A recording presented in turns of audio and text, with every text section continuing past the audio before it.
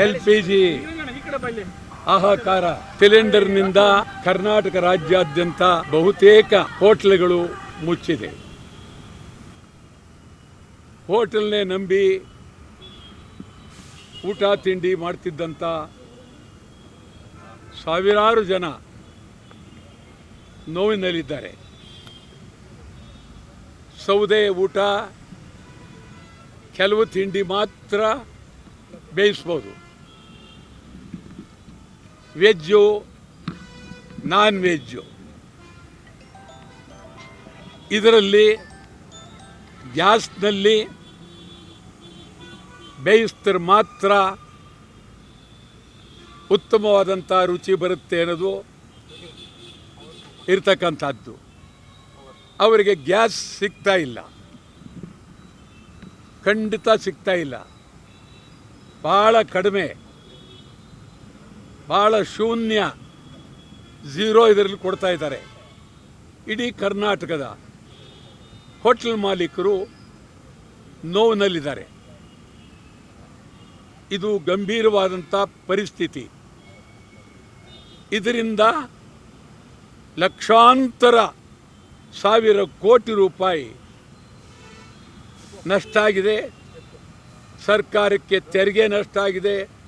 Hotel ಮಾಲೀಕರಿಗೆ ಬರ್ತಕ್ಕಂಥ ಹಣ ಬರ್ತಾ ಇಲ್ಲ, ಬಾಡಿಗೆ ಕಟ್ಟಕ್ಕಾಗ್ತಾ ಇಲ್ಲ, ಕಾರ್ಮಿಕರಿಗೆ ಸಂಬಳ ಕೊಡೋಕ್ಕಾಗ್ತಾ ಇಲ್ಲ. ಈ ಪರಿಸ್ಥಿತಿಯಲ್ಲಿ ಕರ್ನಾಟಕದ ಹೋಟೆಲ್ ಮಾಲೀಕರುಗಳು ಬದುಕ್ತಾ ಇದ್ದಾರೆ. ಇದ್ರ ಜೊತೆಯಲ್ಲಿ ಜನಸಾಮಾನ್ಯರು ಗ್ಯಾಸ್ ಇಲ್ಲದೆ ಅವರು ತೊಂದರೆಯಲ್ಲಿ ಬದುಕ್ತಿದ್ದಾರೆ. ವಾಹನಗಳು ಬಹಳ ತೊಂದರೆ ಪಡ್ತಾ ಇದ್ದಾರೆ. ರಿಕ್ಷಾ ಸುಮಾರು ಕರ್ನಾಟಕದಲ್ಲಿ ಸ್ವಲ್ಪ ಹೆಚ್ಚು ಕಡಿಮೆ ಒಂದು 20 ಲಕ್ಷ ಇಡೀ ರಾಜ್ಯಾದ್ಯಂತ ಇರಬಹುದು. ಅವರು ಚಾಲಕರುಗಳು ನೋವಾಗುತ್ತೆ. ಭಾಳ ಬಡವರು, ನಿರ್ಗತಿಕರು ರಿಕ್ಷಾ ಓಡಿಸಿದ್ರೆ ಮಾತ್ರ ಅವರಿಗೆ ಹಣ ಸಿಗಬೇಕು. ಹಣ ಸಿಕ್ಕಿದರೆ ಊಟ, ಹಣ ಸಿಕ್ಕಿದರೆ ಹಾಲು ಮೊಸರು, ಹಣ ಸಿಕ್ಕಿದರೆ ಮಕ್ಕಳನ್ನು ಓದಿಸ್ತಕ್ಕಂಥದ್ದು.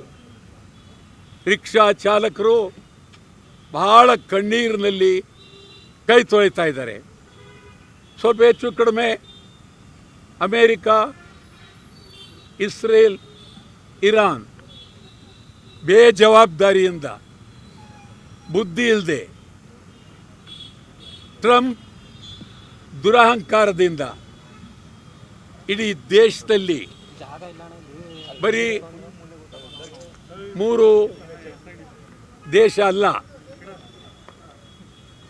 ಇಸ್ರೇಲು, ಇರಾನ್, ಅಮೇರಿಕಾ 3 ಅಲ್ಲ, ಈ 3 ದೇಶದಲ್ಲಿ ನಡೆಯುವ ಯುದ್ಧ ಇಡೀ ಪ್ರಪಂಚಕ್ಕೆ ತಲೆನೋವಾಗಿದೆ. ಇಡೀ ಪ್ರಪಂಚವೇ ನೋವಿನಲ್ಲಿದ್ದಾರೆ. ಇಡೀ ಪ್ರಪಂಚದ ಆರ್ಥಿಕ ಪರಿಸ್ಥಿತಿ ಬಿದ್ದು ಹೋಗಿದೆ. ಇದು ಟ್ರಂಪ್ ಹುಡುಗಾಟಕ್ಕೆ ಇದೆಲ್ಲ ನಡೆದಿದೆ. ಮತ್ತು ಕೋಟಿ ಕೋಟಿ ಆಸ್ತಿಗಳು ಇಸ್ರೇಲ್, ಇರಾನ್, ಅಮೇರಿಕಾ ನಷ್ಟ ಆಗಿದೆ. ಯುನೈಟೆಡ್ ನೇಷನ್ನವರು ಎಷ್ಟು ಹೇಳಿದ್ರು ಕೇಳ್ತಾ ಇಲ್ಲ.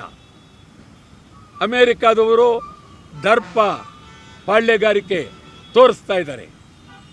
ಅಮೇರಿಕಾದವರು ನಡೆಸಿರ್ತಕ್ಕಂಥ ಈ ಒಂದು ದಾಳಿ ಇದು ದೇಶದ ಇತಿಹಾಸದಲ್ಲೇ ಕೆಟ್ಟ ದಾಳಿ.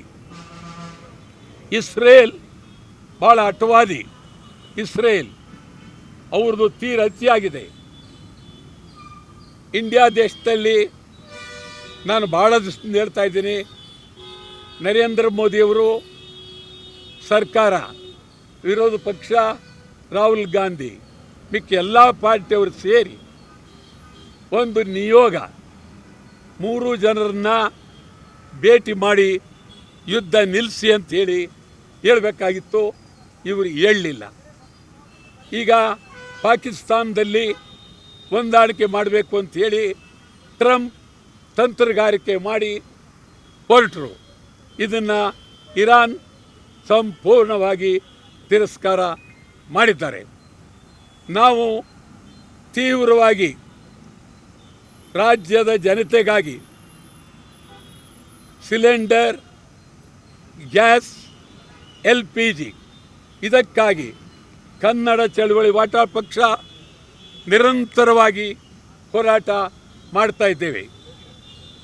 ಈಗ ಸ್ವಲ್ಪ ಹೆಚ್ಚು ಕಡಿಮೆ ಬುಧವಾರ ದಿವಸ ಬೆಂಗಳೂರಿನಲ್ಲಿ ರಾಷ್ಟ್ರೀಯ ಹೆದ್ದಾರಿ ಹೊಸಕೋಟೆ ಟೋಲ್ ಭಾರಿ ಭದ್ರವಾಗಿ ಬಂದ್ ಮಾಡ್ತೇವೆ. ನಿರಂತರವಾಗಿ ಹೋರಾಟವನ್ನು ಮಾಡ್ತೇವೆ. ಯುದ್ಧ ನಿಲ್ಲಬೇಕು, ಗ್ಯಾಸ್ ಬೇಕು, ಸಿಲಿಂಡರ್ ಬೇಕು, LPG ಬೇಕು. ಇದಕ್ಕಾಗಿ ಅಂತಿಮವಾಗಿ ಕರ್ನಾಟಕ ಬಂದ್ಗೂ ಕರೆ ಕೊಡ್ತೀವಿ. ಆ ಪರಿಸ್ಥಿತಿ ನಿರ್ಮಾಣ ಆಗಿದೆ. ಇದನ್ನು ಕರ್ನಾಟಕ ಸರ್ಕಾರ ತಮ್ಮದಲ್ಲ ಅಂಥೇಳಿ, ನೀವು ಕೇಂದ್ರ ಸರ್ಕಾರ ಅಂಥೇಳಿ ಕೈ ಕಟ್ಟಿ ಕೂತ್ಕೊಳ್ಳೋಕ್ಕಾಗೋದಿಲ್ಲ.